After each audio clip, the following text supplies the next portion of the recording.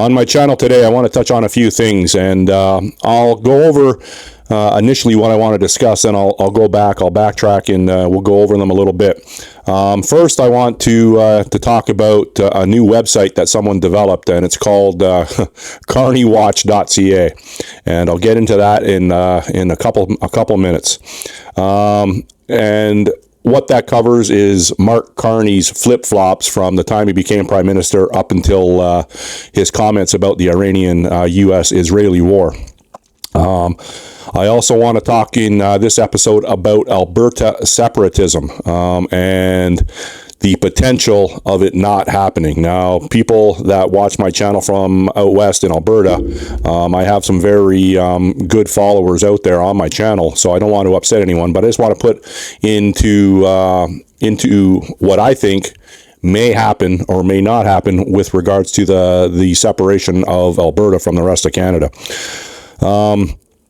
Now, I also want to point out in this episode that I get a lot of people in the comment section, giving me referrals to watch other people's YouTube channels and other content, predominantly Canadian content providers, and like Moose on the Loose, Canadian Perspective, Canadian Shield, Baked on Things, The Fringe, Mario from the North, I believe it's called, and Jasmine Lane, just to name a few.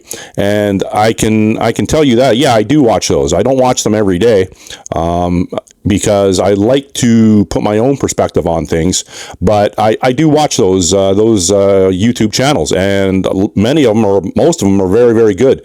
They have a little bit of a different format than myself. I'm trying to incorporate more of their formats into my videos moving forward.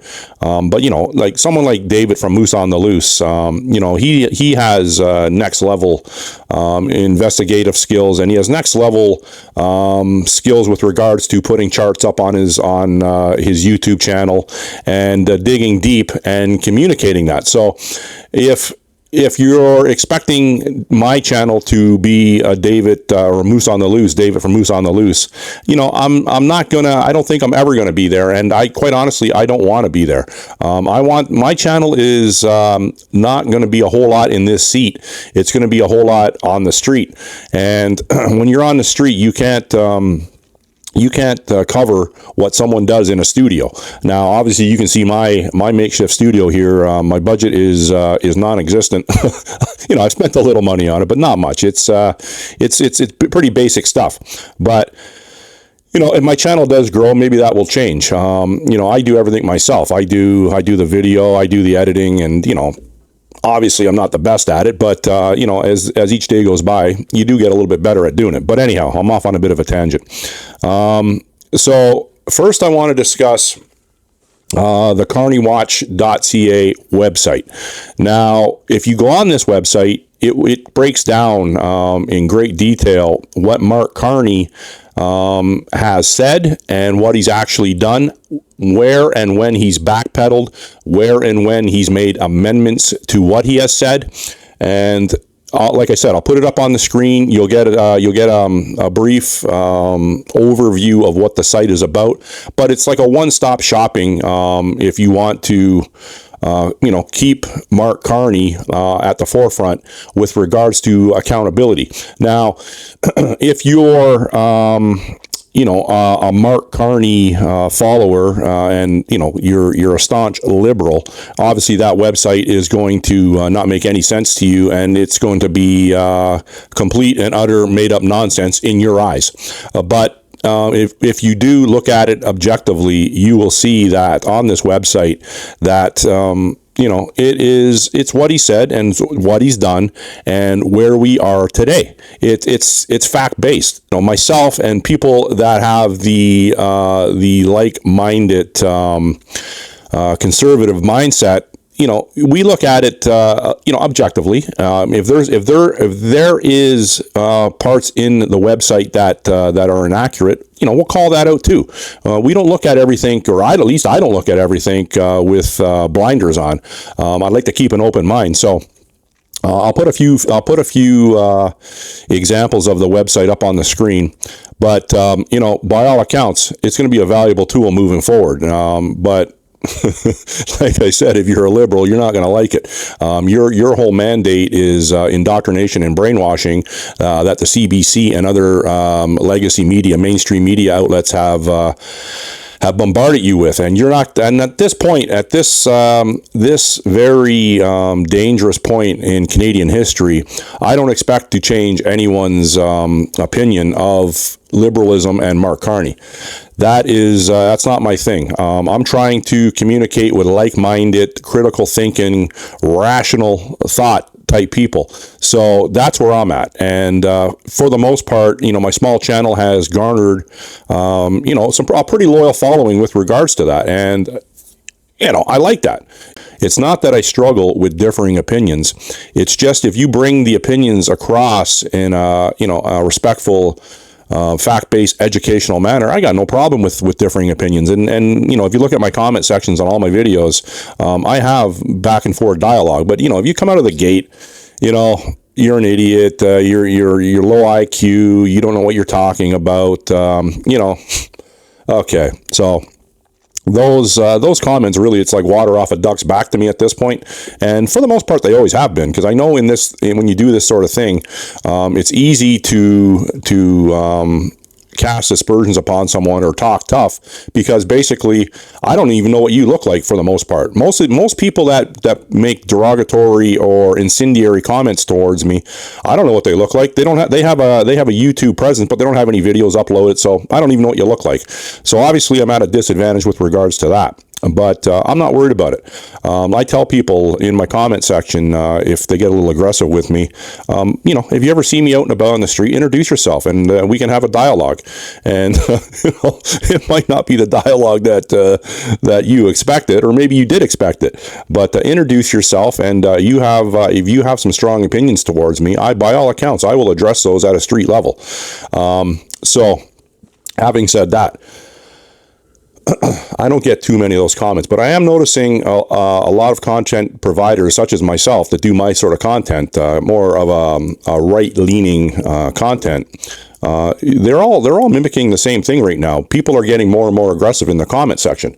Now, unlike a lot of the other people that I just mentioned with regards to content uploading, I am out on the street. I know David from Moose on the Loose. He enjoys hiking in the mountains. He's out in BC, which is very good for that. I wish I lived out. I wish I lived out in BC just for the geography. Anything else there, that's a woke hellhole. But he has the ability to just, go outside of not too far from his house, I would imagine, and hit some spectacular nature trails. I don't have that in Ontario. Ontario is relatively flat where I am, especially in Toronto. So he does get out on the street a little bit. So I give him credit there for sure. But when someone like myself is out on the street doing videos, and people that do the videos on the street, I'm not saying that I'm going and putting myself in harm's way every day. Don't get me wrong. But a lot of people that, like a Kurt Kaz or a Charlie Veach, a Billy Moore, this is all in Europe, they are definitely putting themselves in harm's way. And I understand the difficulties of doing videos in that environment, because you're distracted. And not only are you distracted, but you also have to watch out for your personal safety, because there's lunatics everywhere. And that's going to lead me into something a little later, too, with regards to what's going on with unvetted immigration in this country and sleeper cells. I don't know if you're familiar with that word or not, or if you believe in that phrase or expression. But I'm going to touch on that in a little bit. So, Mark Carney, the webpage, carneywatch.ca. Hit that up by all. Let's get some traction with regards to this. We gotta hold Carney and the Liberals accountable for what they've done to this country and what they're continuing to do to this country. Now, Mark Carney is in Australia, I believe, today. He was in India, and he promised the Indian government that he would commit $100 million to educating or to providing educational tools in Canada for Indian people. Another $100 million he has promised to another foreign nation. Now, I'm not sure which Indian delegate said it, but it's a matter of record. It's on video where he said that there is no reason why Canada shouldn't have 100 million people. So that's just mimicking the Century Initiative goal of bringing 100 million people in here by 2100. Mark Wiseman and Mark Carney's utopian dream is to overrun this country with unsustainable population, and they are well on their way to doing that. I said in my video the other day that we have a lot of work visas, travel visas, I believe student visas coming due by the end of 2026. And the numbers vary depending on the research that you pull up online.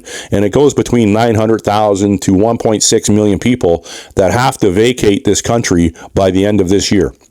Now, will that happen? No, it will not happen. Like I said before, we don't have a system in place that is going to go and round these people up and make sure they leave the country. And that is what the Liberals want. They don't want these people leaving the country. If anything, they want more people coming in. Based on Carney's $100 million commitment to India and to whoever this person was that said about the 100 million people in Canada, he said, quote unquote, we have the second largest landmass in the world, which we do, and we have 41 million people. This is his wording, and there's no reason why we can't have 100 million people. So I understand the way India is. They're stacked on top of each other like bugs, and their infrastructure can't handle what's going on over there. If you look at videos of India, the pollution, anyhow, it is not something that we want in Canada, and we're already experiencing a lot of those issues by the unsustainable immigration that we've allowed in. You'll see, you go anywhere in Toronto, you'll see in parking lots, there's garbage thrown everywhere. You'll see down by creeks and rivers and streams, there is garbage in the creeks, rivers, and streams everywhere. And trust me, I get out, I see this. It's deplorable. So I'm not saying that all new Canadians are doing that, but I would say that a lot of the I would say a lot of their habits from their home countries they do bring here, and they treat Canada the same way as they would treat their country, and you will see a lot of pollution in countries around the world that we are bringing in the people. So Mark Carney is going to be held accountable one way or another. Hopefully it's sooner than later. Pierre Poilievre is in the UK right now. By all accounts, he is having high-level meetings with United Kingdom delegates. He's speaking in front of large engagements, large gatherings that have come to specifically hear him speak. I like the way Pierre Poilievre speaks. Obviously, he's a well-spoken guy. He brings a positive message. You got a guy like Carney, he never brings a positive message. It's always doom and gloom. And, the only positive message he brings is either to himself or to his handlers or investors. He was just recently quoted. I'm not sure where it was, but I don't know if it was a new quote or an older quote, but when he was the governor of the Bank of England and the governor of the Bank of Canada, he said it was much easier than being a politician. And he referred to one of these lavish gatherings that he went to, I believe when he was the governor of the Bank of Canada, where someone was telling him the food here is spectacular, the wine list is diverse, and you pick any wine out and you're going to love the wine. It's European wine. It's the best wine.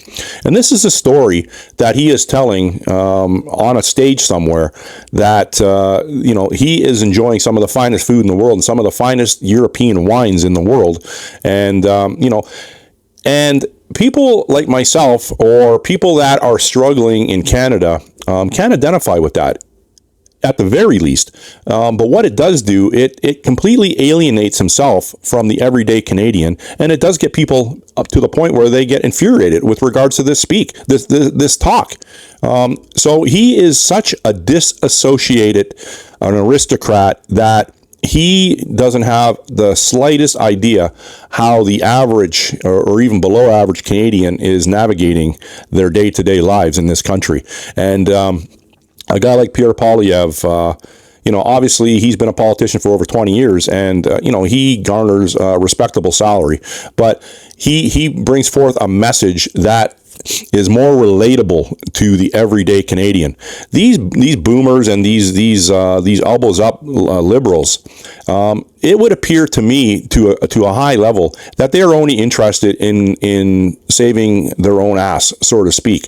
They do not care about their children. They do not care about their grandchildren, because if they did, they wouldn't be blindly following a globalist banker that he claims he's fresh. He's bringing some fresh new blood into the Liberal Party, but he's essentially been Justin Trudeau's advisor since 2020, and he was the governor of the Bank of Canada in 2008. So he is bringing in the same radical leftist ideology that Trudeau brought in, and a Gerald Butts type person, Melanie Joly, Chrystia Freeland, Anand, and all the rest of the current liberals or the regurgitated liberals that have been dispersed throughout the world in ambassador roles or executive roles throughout the world.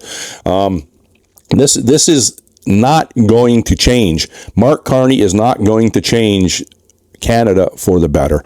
And I can go down that road for the next hour, and I've done that many times in many videos, and a lot of other people have. So check out the carneywatch.ca website. I also want to talk about the U.S.-Iran war. It's in its 6th day, and it's called Epic Fury. The operation is called Epic Fury. I believe we're up to 6 dead U.S. service members. 3 friendly fire U.S. F-15 Strike Eagle airplanes have been shot down. And by all accounts, depending on who you're listening to, Iran has bombed 9 countries now. Wherever there's U.S. embassies, U.S. bases, they are throwing missiles and drones at them. Now, there are reports on both sides that Iran is getting low on missiles, the U.S. is getting low, and Israel is getting low on protective missiles. So, you don't know what to believe. I don't believe anything. If we see videos being uploaded to the internet, or if we see videos on mainstream media of the war, like, for example, we've seen a submarine sink an Iranian destroyer or some sort of military naval vessel, very dramatic, very theatric explosion. Apparently, it's the first ship that's been sunk since World War II from a submarine. I did not know that, but it's a violent explosion. Have you ever seen that video, that footage? But you don't know what to believe. You really don't. So if you're going to listen to the Trump administration, they're going to say that the war is actually taking a little longer, but they are bombarding Iran. And if you listen to reports out of Iran, they are bombarding Israel. They are bombarding other countries that have U.S. embassies and U.S. bases. By all accounts, Iran is trying to severely disable the U.S. war machine moving forward by hitting all these bases. So, like I said, I don't know who to believe, and neither do you. You don't know who to believe either. So we all have an opinion. We all have we all have theories. I understand that. Now, how is that going to affect Canada? Well, it's going to affect Canada obviously through gas prices, oil prices, but someone, a regular viewer and a friend of mine on my channel, he brought up a very valid point yesterday in the comment section on my last video, and it's regarding sleeper cells. Now, if you don't know what a sleeper cell is, that is a radicalized, militarized group or single person that has gained access to our country, to Canada, to any other country in the world, but we're specifically talking about our country of Canada.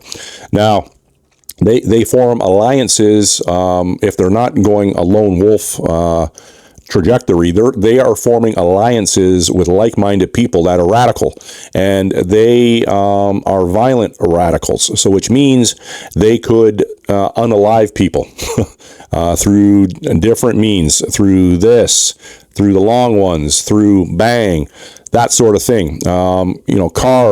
Using a vehicle as a weapon, edge weapon attacks, any variety or assortment of ways to unalive people. These sleeper cells, these potential sleeper cells, are capable of doing this. I've said after the Bondi Beach massacre, I said the potential for an attack on Canadian soil is real, whether it be a real attack or a false flag attack. A false flag attack is something that the government has propped up and got a radicalized person or group to do.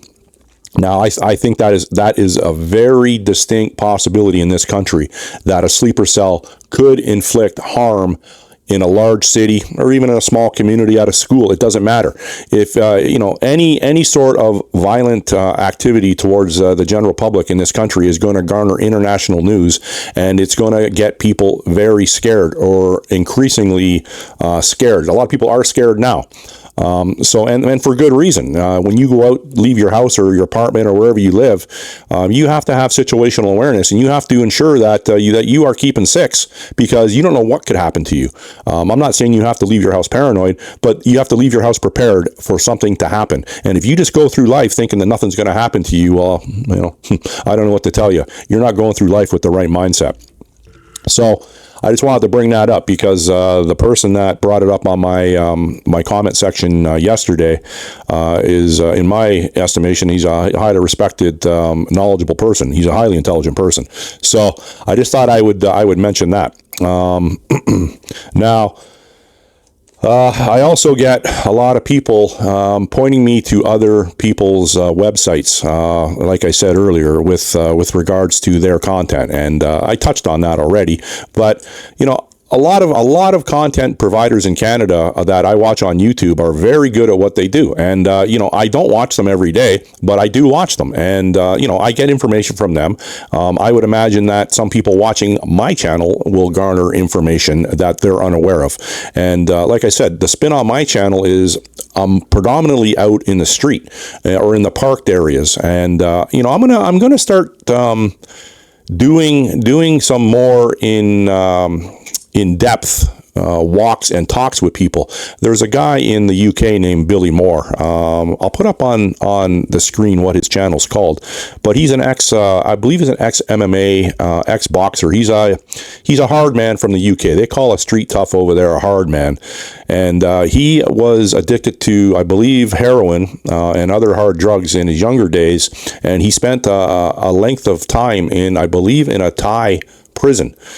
So he has, and he wrote a book or two, and he has a street level perspective. He has a big following. I think he has over 300,000 subscribers on his YouTube channel. So, but I can identify with a guy like that. I'm not saying my backstory is exactly the same as his, but we do have some crossovers and similarities. So I'll put his channel up. But I want to do more of that. I want to do more walking on the streets in areas where people are just going about their daily business and capturing that sort of thing. I'm not really the type of person that wants to put their camera in someone's face. That's not my thing. But if you watch my channel, you can see I kind of do it pretty respectfully.